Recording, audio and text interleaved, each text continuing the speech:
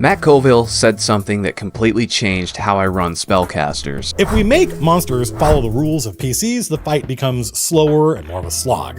Monsters in the Monster Manual mostly get spells like PCs do, with lists of all the spells they know at each level using the logic from the player's handbook. And that is terrible. I can't be happy with looking up all these spells to figure out exactly what they do, so I'm making sure I'm casting the right one in the right moment. Nah. He's right. That's why most spellcaster NPCs are a nightmare to run. They require double the prep time of a regular stat block because you have to spend the time writing down each and every one of these spells. Like this Lich stat block, for example. It has 26 spells. Life is pain! I hate my... And yeah, sure, you could use D&D Beyond or the outdated WizKids spell cards, but this is a tabletop role-playing game. You shouldn't have to rely on a third party just to run a stat block. Well, how do we fix this problem? Stick around to the end of the video and I'll show you what my solution is to this issue.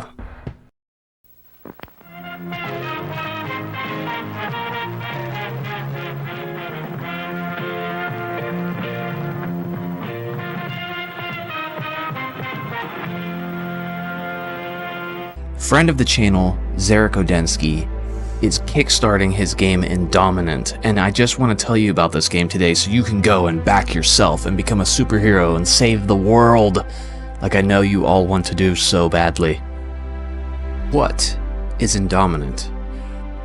Indominant is a new evolution in the superhero TTRPG genre, designed from the ground up with the flexibility to allow any playstyle mixed with any power set, keeping things streamlined, combining those with crunchy combat that is tactically rewarding without bloat. The mechanics foster teamwork and combos between players. Become heroes with a group of 2 to 6 players and 1 comic editor, Indominant's Game Master, setting the scenes and guiding you through epic missions to save the day or rule the whole universe. But don't just take it from me. Take it from all these other YouTubers who have endorsed the game, giving it glowing reviews.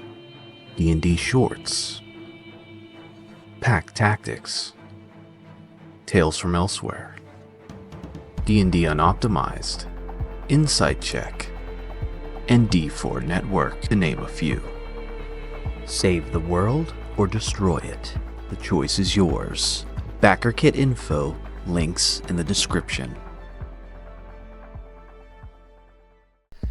Here's the funny thing. Wizards of the Coast kind of already solved this problem back in 4th edition. Yeah, the edition that everybody loves to hate actually has some of the most optimized, efficient stat blocks in the entire history of D&D. Hey, whoa, what do you guys have? Let's use an example, shall we? Let's look at the Gnome Archivist. This little guy has 3 abilities: Scintillating Bolt, Startling Glamour, Illusory Terrain. Now it's gonna look a little weird to you 5e players, but don't freak out just yet. We're just focusing on these abilities. And what do you notice about them? They're basically spells, but not really spells. You see, these spells are NPC spells, meaning they're specific to this stat block only. You don't have to dig through the player's handbook, you don't have to get a reference sheet. Everything the monster can do is right on the stat block. Self-contained and fast to run. Why couldn't 5th edition do this? Well, the answer to that question is a little nuanced because they have done this, sort of, but not really. They do this in what Wizards of the Coast calls spell-like abilities. Now the thing is, much to the dismay of the player characters, these can't be countered by counterspell, because technically, they're not spells. They're usually something a creature can do naturally. Now a creature that immediately jumps into my mind that can do something like this is a Storm Giant stat block. The Storm Giant has an ability called Lightning Strike. Now this is an NPC spell, because the players cannot learn how to cast Lightning Strike. It's just an innate ability that the giant has. Now, the Storm Giant is a bit of a poor example because according to the Storm Giant lore, they really can just control elements naturally. I do have somewhat of a better example, and this is actually the closest thing that we have to custom NPC spells on an entire stat block. It's actually what we're going to use as our case study here. And of course, it's from one of the most iconic creatures in the game, the Beholder. Yep, the eye rays. You probably know where I'm going with this. That's a great example of an NPC spell. They're written somewhat concisely on the stat block, as you can see here. And the Beholder usually has up to 10 that it can fire off at any given time. Now, of course, these cannot be countered, but they are affected by anti-magic fields. What I'm getting at here is the Beholder should be used as the example for how NPC spellcasters should work in 5th edition. No, they don't all have to use their spells at random like the Beholder does, but exactly how they did it with the Beholder is what we should try to achieve with our spellcaster stat blocks. Now, before you ask, why don't you just do this with spells from the player's handbook? Well, I actually have done that before with my Flame Skull rework. You should go watch it if you're interested. But here's the thing. Trying to concisely word spells from the player handbook is a nightmare. They're written like legal contracts almost, and condensing them into something usable on a monster stat block is an entire job in and of itself. And secondly, there's a whole nother issue. And this isn't just an elephant in the room, it's a Tarrasque in the room. The whole issue with the OGL and the SRD, and well, if you don't know what those are, they're basically legal boundaries that you're allowed to work inside of. Step outside of those and you run the risk of stepping on copyright laws. Remember the whole OGL situation? Yeah. It's best to steer clear of that. Plus, I'm not even allowed to legally use anything out of this book anyways because it's not in the SRD. So if I want to make something useful and shareable, I might as well just make my own spells.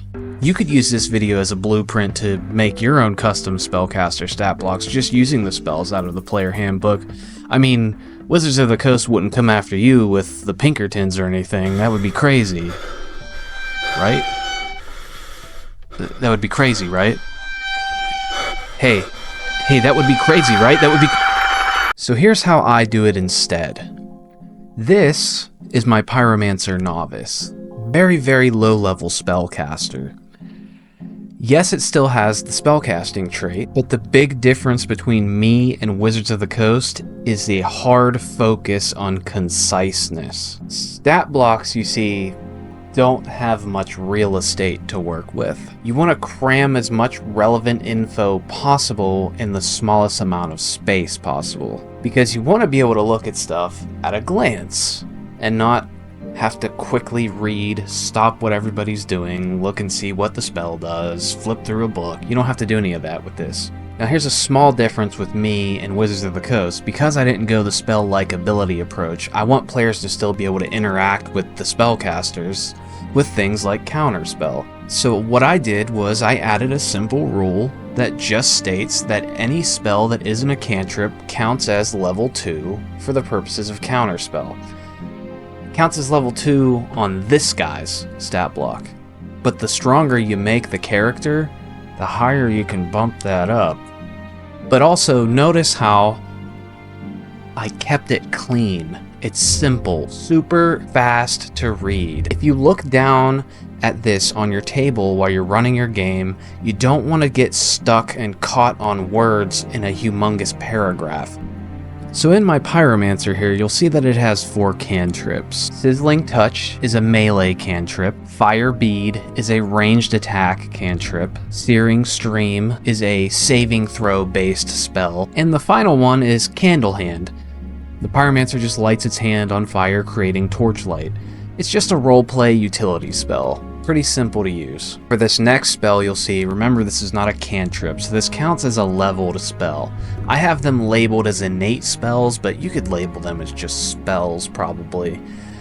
He can cast this 2 times per day. It's called Flaming Blast. It's essentially baby's first fireball. It's a very, very weak version of fireball. If there's multiple pyromancers, however, that does guaranteed damage even if you succeed, unless you're a rogue with evasion. It's just enough to feel threatening because it still deals damage whether or not the party succeeds or fails the saving throw, and it can hit multiple characters. But this can also be countered, and it doesn't do that much damage. Now if you take a group of these guys and you throw a bunch of those out all at the same time, that 3d6 stacks up eventually. Keep in mind though, this is just a lower level pyromancer stat block, so it's nothing crazy, and I do have some crazy spellcasters, but I'm not going to show them in this video. This is just an example for you that's not overwhelming. The point is, it runs fast, it looks clean, and it still gives the players the fantasy of fighting a spellcaster. But you don't need a separate tab open that tells you what this spell does, because it's just written on the stat block for you. Innovative, I know, it's crazy to think that somebody could come up with such a thing after so long. So yeah, this is the direction that I think all spellcasters should go. Fast, flavorful, easy to run, still deadly. You shouldn't need an app, a second monitor, a stack of books, or your phone just to run a spellcaster stat block. If you want to download the pyromancer you've seen in the video here today, I do have a Patreon link in the description where you can get even some higher tier pyromancers if that little one was too weak for your party.